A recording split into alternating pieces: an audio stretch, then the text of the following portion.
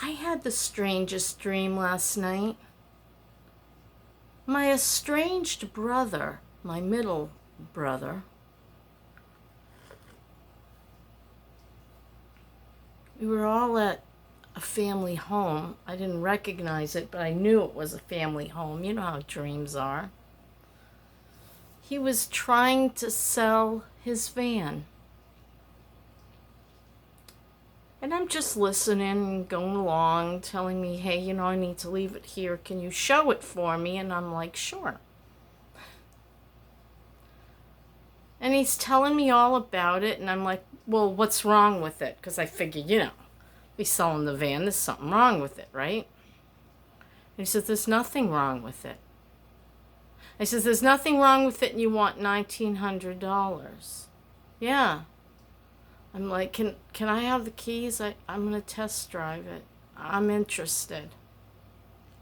And I test drive the van. I'm going down the road and this little kid pops up from out of nowhere behind.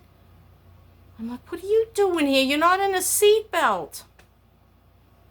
So I put the kid in the seatbelt. I don't know whose kid it was. I never recognized it. And I turn around and I take her back home.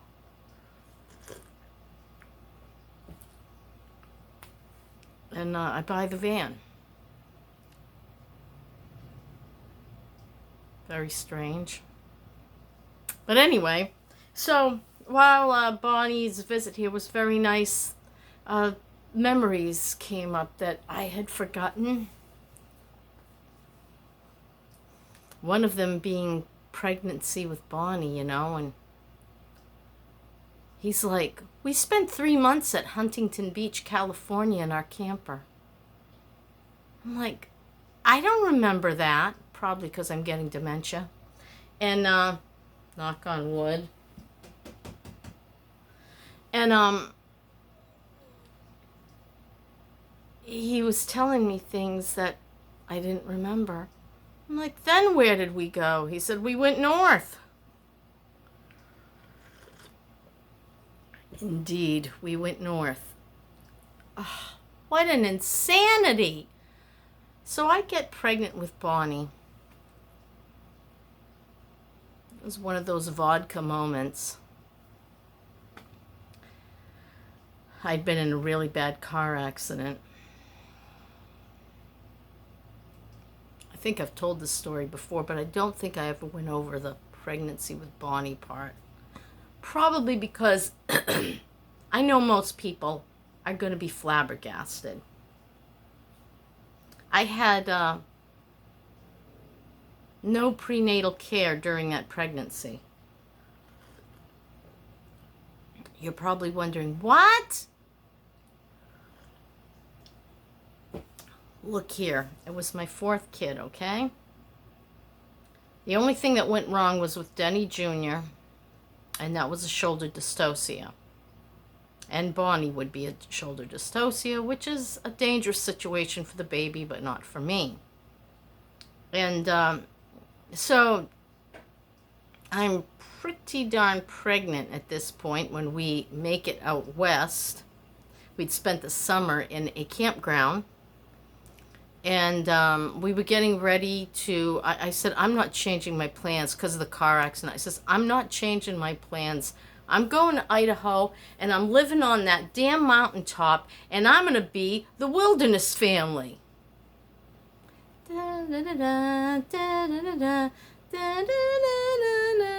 You should watch it. It's like a trilogy.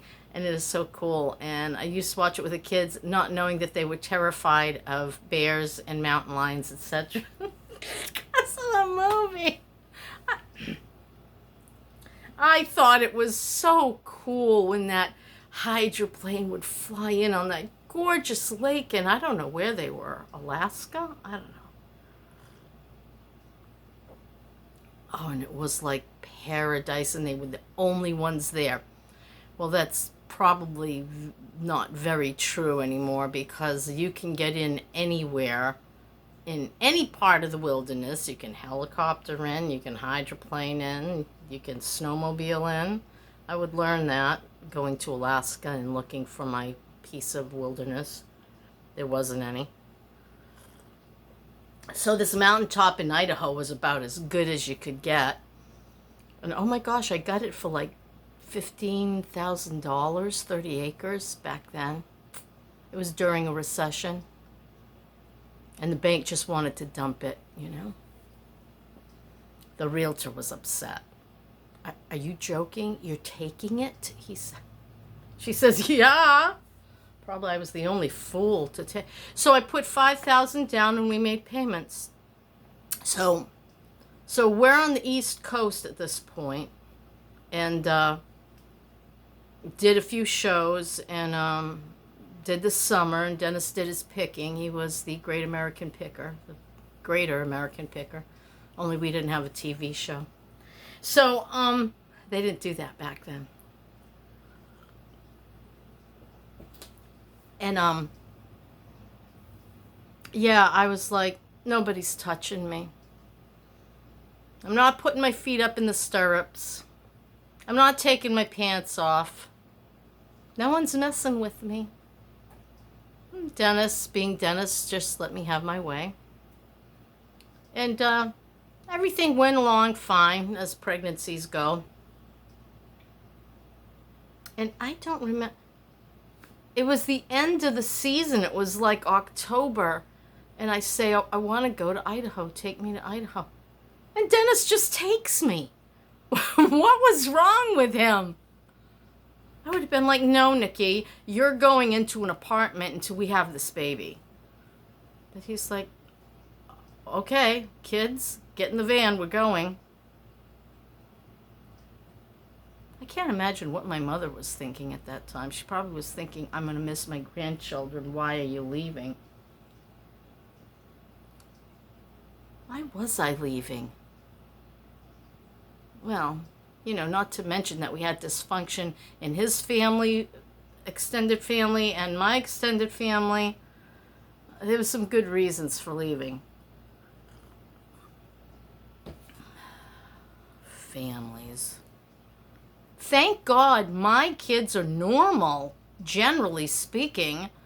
They all talk to each other. They all love each other. It's very refreshing. And they all love me, which is really nice, you know? I mean, I know that doesn't exist everywhere. Excuse me, but I am sweating my everything off because I turned the AC off here in the living room, trying to run that piece of crap in the guest bedroom, and it's just not working very well. 7 minutes. Continue with story.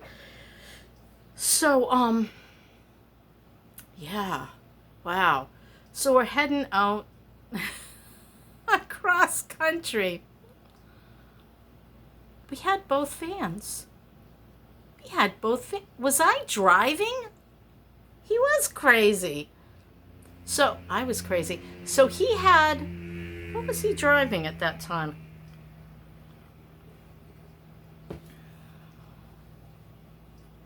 We had the gray Chevy van. Oh, I wish I had that. Oh, that van was a workhorse. It was well past 250,000. It was still going strong. It wasn't until the water pump died when we headed back. Anyway.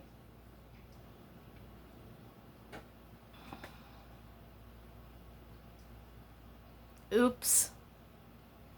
Brain fatigue. Oh, so going the other way. So going west. And we saw some unusual things while we were traveling, you know?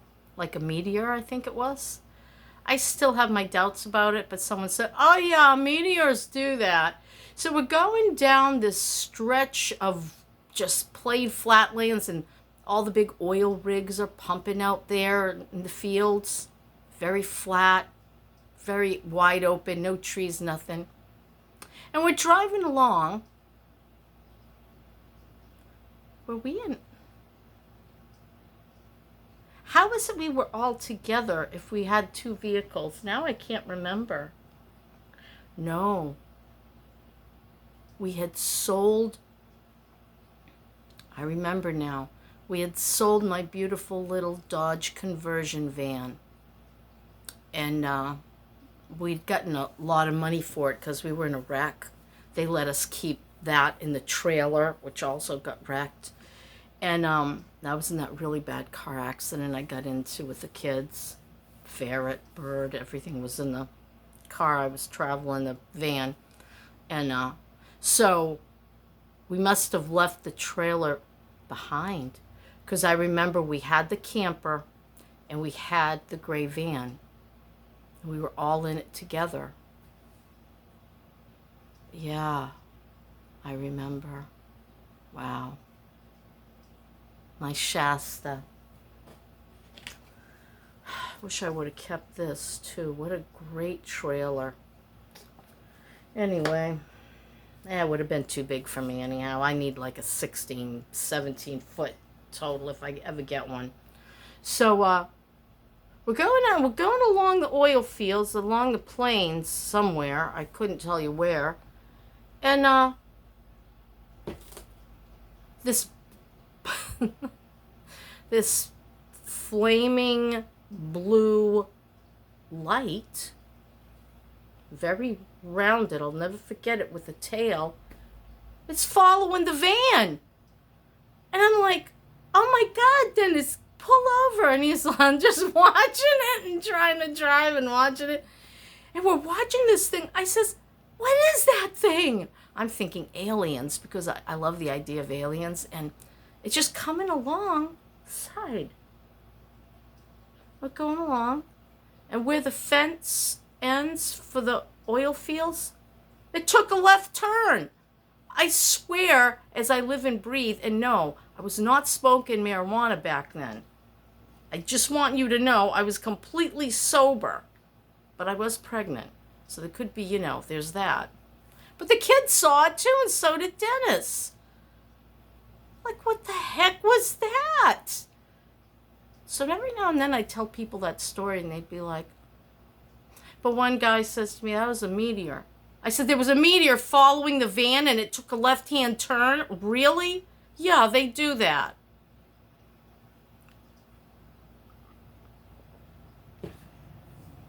Yeah, all right.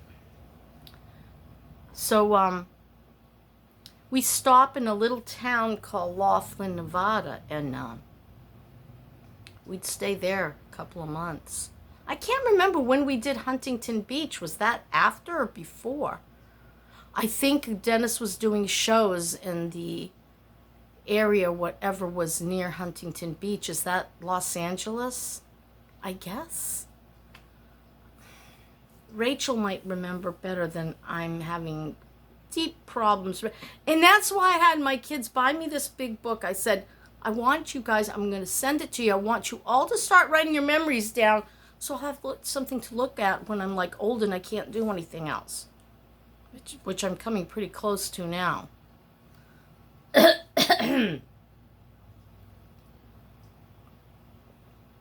So, yeah.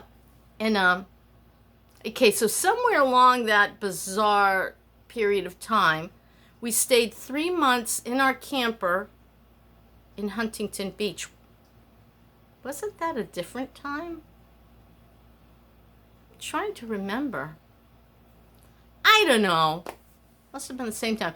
And Dennis would leave us in the camper and he'd go do a show and then he'd come back, and there were bathrooms there, showers and everything, so we didn't have to use the camper, which is good because I hated the dumping part. Well, he did it, but it was still disgusting. And yeah, we would just hang out our days on the beach. Oh my gosh, it was like paradise. It was so beautiful. There weren't a lot of people around. It was really cheap, if I remember correctly. Like some ridiculous amount per week. I bet you they changed that pretty well.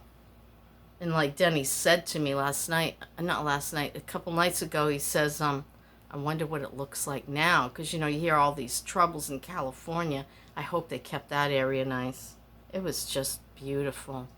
Beautiful. And then, late October, early November, no one was really there. It's like a city campground. I can't remember if they were hookups. I just can't remember. I know I have pictures of it, so maybe I'd see a line running or something and would know that, yeah, we had hookups. I don't remember. We must have, though. So anyway, back to reality. Hello. So we were in Laughlin, Nevada, and we went to Las Vegas and met some midwives because I needed to give birth in like a month. Yes. And so, so we go to these very lovely midwives who have several birthing rooms in this building. Very nice, very pretty and clean. They show us around. They want to do an ultrasound. They realize I haven't had any prenatal care, and so they do an ultrasound. And I said, I'm not taking my pants off, and they're fine. So they put the jelly, and they're looking, and do you want to know what sex it is? And I'm like, well, I'd like to know. Everybody wanted to know, and it was a girl. Rachel was very upset. She thought her father, wouldn't love her as much if he had a girl from his own blood, because Rachel was adopted by Dennis, but Dennis never ever looked at her that way. Never. That was his daughter, and that was that, to the bitter end. His Rachel. You love the woman. You love the woman's garden. If you love a woman, you've got to love the woman's garden, or vice versa. Yeah. So, oh, sorry, I'm really tired. I think when I go to the doctor tomorrow, I'm going to ask for one of them B12 shots, and I'll know if it works, if I can get out of this exhausted stupor that I'm in. Back to my story. So, what was I saying? We were in Laughlin, Nevada, and that's when we checked out Quartzsite and found those coupons. They were from Sunday through Thursday. It was $7 a night, and it was buy one, get one. We lived like kings, and the buffet coupons were the same, buy one, get one, and they were half price. And so, like, we'd eat for $11 for the whole family a day. And we just did that one buffet, and then we had, snacks and stuff in the trailer, things to hold them over if they needed more food. And cereal and milk, if they wanted breakfast. And then we'd go about 1 o'clock and we'd eat a gigantic buffet. And then we'd, just have something light at night because, he'd tell the kids, eat as much as you can. Dennis. Oh, Dennis. And it reminds me. It reminds me of that family from, Chevy Chase and Family Vacation. Remember the cousin or the cousin, was it Dennis, not Dennis Quaid, Dennis, that actor. Oh my gosh, he was so crazy. My Dennis reminded me of him. Just look it up. They go to Las Vegas, I think, and they're at the buffet, and he buys one plate and feeds the whole family. That was like my husband. Always make my oldest daughter, our Rachel, say she was 11 when she was like, he was nuts. Finally says to him, will you leave it be finally? Always squeezing that nickel till the bull pooped. Yeah, so we go to these midwives. We find out it's a girl. We go back to Laughlin. We set it up with them that we're going to have the baby there. And I'm going to see them in a couple of weeks. Wow. It was very affordable. It's going to be like, I don't know, $800, something like that, for the whole shebang. And oh, wait a minute, I need to gather my brain. So I've been making phone calls, right, while we're in Laughlin, and I call these people I know up in northern Idaho, in a beautiful little town called Sandpoint. And she says, I had tried calling all the midwives she had used. She had 8 kids, right? And so she knew quite a few midwives that came to the home. And I couldn't find one that would take me because I had no prenatal care during my pregnancy, and they refused. She says, you know, there is one more woman I never, ever tried. Bless her heart. So I called this woman and talked to her, and I told her my situation, and she said, I didn't have prenatal care with any of mine. I said, really? She says, yeah. I said, how many do you have? She says, 8. I'm like, 8? No. I said, well, who birthed them? She said, I did. I said, when I come up there, I really would love to talk about this one. And she said she would gladly birth my baby for $500. $250 down when I got there, and $250 after the birth. That woman was worth thousands, I gotta tell you. She was amazing. Amazing woman. Very poor, and very pure and good. You know, just pure heart. Pure heart. Her husband wouldn't work. He was a bum. He had family land, and they lived in a trailer on it.